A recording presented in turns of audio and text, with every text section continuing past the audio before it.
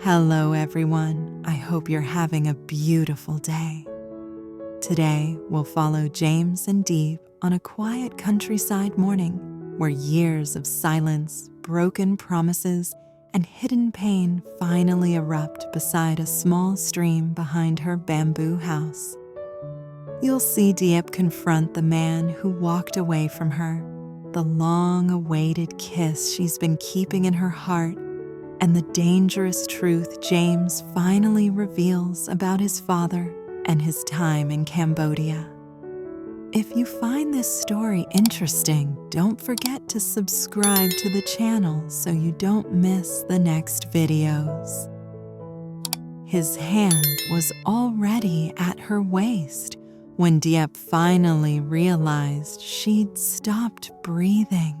James's other hand cradled the back of her head, fingers trembling in her hair, as if he was afraid that if he loosened his grip for even a second, she would vanish again. Then, without asking for permission, without giving her time to build a new wall, he lowered his head and pressed his lips to hers. The world, for a heartbeat, went silent. No stream, no wind, no distant rooster, just the warmth of his mouth, the shake in his hands, and the desperate, aching way he kissed her, as if this was the one thing he'd been starving for ever since he walked away. This was the kiss she had imagined on so many sleepless nights. And yet, 1 hour earlier, she couldn't even bring herself to take his hand. That same morning, the countryside had woken up long before either of them was ready. Mist clung to the bamboo leaves around Diep's small house, hanging low over the narrow dirt path. The air was cool and sharp in her lungs. Somewhere behind them, the village was already alive with a faint hum of early motorbikes and clinking dishes. But on the path leading out to the little stream, it was almost too quiet. James and Diep walked side by side, not touching. Dry leaves cracked under their sandals. The water ahead murmured softly, a promise of movement neither of them seemed able to find in their own hearts. Diep kept her gaze pinned to the ground. James kept stealing glances at her, starting a sentence in his head over and over, never letting it escape his throat. The memory of the night before hovered between them, James standing outside the bamboo fence after disappearing from her life, his shadow on the gate, her heart leaping in relief before twisting sharply into anger. Now, in the brightness of morning, none of that had been resolved. When the trees finally opened up, the stream appeared clear water slipping over smooth stones, catching pieces of sunlight. Wildflowers, white and purple, leaned toward the water's edge, heavy with dew. Diep stepped ahead of him and stopped on a flat rock. She crossed her arms loosely over her chest, staring at the current as if she could drop all her questions into it and watch them drift away. Diep, James's voice was rough when he finally spoke. About yesterday, about everything. She didn't turn. For once, she said quietly, "Let me talk first." That hurt more than if she had screamed. He closed his mouth and nodded, even though she couldn't see. "You know what hurts the most?" she asked, eyes locked on the glimmering surface of the water. "It's not just that you disappeared, it's how you chose to come back." Her fingers tightened against her arms. "You were gone. No call, no message, just silence," she said steadily. "Then I hear you're in Cambodia. I don't know if you're alive, if you're in trouble, if your father has done something to you. Nothing. just rumors and guesses. She swallowed hard, blinking away the sting in her eyes. And then, she went on, one day I find out you're back in Vietnam, back in the same country as me, walking under the same sky, and I don't hear it from you. I heard it from someone else. James felt that like a punch to the gut. I had reasons, he began weakly. She turned then, slowly, and the hurt in her eyes shut him up more effectively than any shout. That's the problem, she said. You always have reasons, James. Reasons to disappear. Reasons not to call. Reasons to keep me out of the worst parts of your life. Her voice wasn't loud, but every word landed with sharp precision. Do you know what my days were like while you were being reasonable? She asked. She stepped closer, just enough for him to see the faint redness around her eyes, the shadows of nights spent awake. Every morning I woke up wondering if you were still alive, she said. If your father had hurt you, if you were trapped somewhere, if you needed help and I didn't even know, because the one person who could have told me anything chose to tell me nothing. I didn't want you dragged into it, he said hoarsely. I didn't want you to be scared. A humorless, fragile laugh escaped her.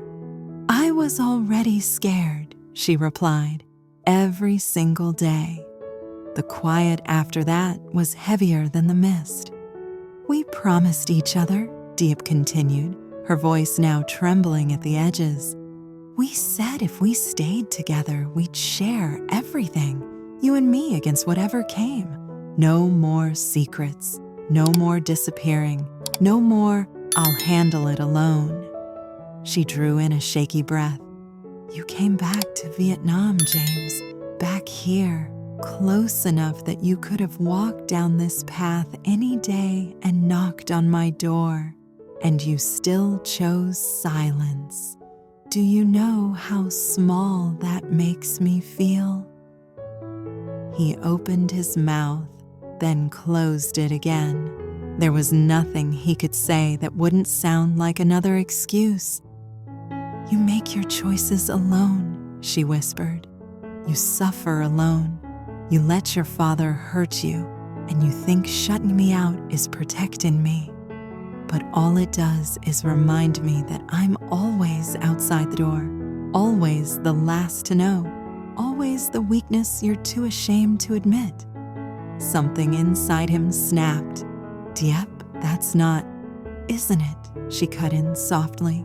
Her eyes shone with unshed tears, and then that was the moment he stopped thinking. In 2 quick strides, he crossed the space between them. Her breath caught as his hand found her waist, his other palm cupping the back of her head, fingers slipping into her hair like they had been waiting for this moment as long as his heart had. James, what are you? He didn't let her finish. His lips crashed into hers. For a heartbeat, she froze. Her hands hovered uselessly between them. Then the truth hit her like a wave she had wanted for so long. From the first night he vanished, from the first rumor, from the first second she saw him again at her fence. Her fingers dug into his shirt. She closed her eyes and kissed him back. By the time they broke apart, their breaths were uneven, foreheads resting together. Her fists were still gripping his shirt. I hate you, she whispered, voice shaking. You disappear. You break promises. You make me worry until I can't breathe. And then you come back and kiss me like that. James let out a broken laugh. I know, he murmured. I don't deserve you. His hands gentled on her face, thumbs brushing her cheeks. But I'm done hiding, he said quietly. You asked what really happened, why I left, why I went to Cambodia, what my father did. He drew in a long breath, eyes locked on hers. Deep, James said, his voice steady for the first time. It all started with my father's lie. It all started with my father's lie, James repeated, voice low. They had moved to sit on a smooth rock by the stream, their shoulders brushed, not quite a full embrace, but no longer that cold distance from before. He told me it was just a short business trip, James said, a chance to fix some contracts, prove myself, clean up my own mess. He made it sound like he was finally trusting me. A humorless smile crossed his face. But the moment I landed in Cambodia, nothing felt right. The driver wasn't from our company. The office was basically an empty shell. No real meetings, no real paperwork, just people pushing documents in front of me and telling me to sign. Diep's brows knit. Sign what? Deals that were already dirty, he replied. In my name. Not his. Every time I hesitated, they reminded me who sent me there. Your father trusts you. Your father knows you'll do the right thing. He shook his head. He didn't send me to fix anything. He sent me as a shield. If things went bad, the blame would land on me. Diep stared at him, chest tight. Why didn't you call me even once? James swallowed. Because he used you too, he said softly. He said that if I didn't cooperate, he'd talk to you, involve you, turn you into leverage. So every time I opened your contact, I heard his voice instead of yours. Her fingers curled on her lap. So you thought shutting me out would keep me safe, she said. I thought if I just endured it and made it back, I could fix it alone, he admitted. But the longer I stayed, the more ashamed I felt. I'd fallen into his trap again. I didn't want you to see how weak I really was.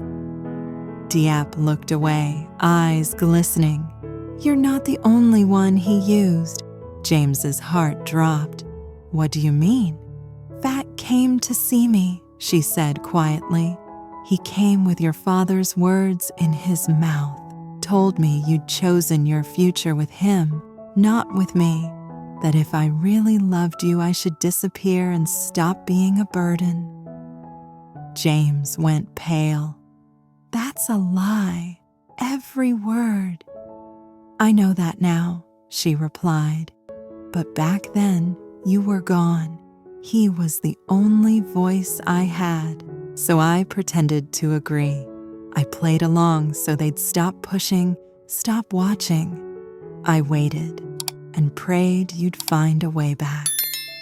James exhaled shakily, staring at her as if seeing her for the first time. All this time, he whispered, we were both trying to protect each other by pretending we didn't need each other. A small, tired smile touched her lips, and all we did was break each other's hearts. He rose slowly, stepped away, and picked a tiny white wildflower growing between the rocks. When he returned, he stood in front of her, hands gentle as he tucked it above her ear.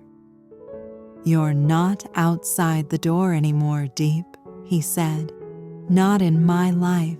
Not in this fight. Her breath hitched. If my father comes for me, he faces both of us, James continued. I won't hide you to protect you. I'll stand beside you and protect us, out loud, where he can see. And if he comes for me, she asked, then he'll learn you're not my weakness, James said. You're the reason I'm still fighting. Something in her finally loosened. He held out his hand not as a question, but as a promise. Deep looked at his hand, then into his eyes. This time she didn't hesitate. Her fingers slid into his, their grip warm and sure. Together, she said. They turned back toward the bamboo house, walking side by side under the rising sun.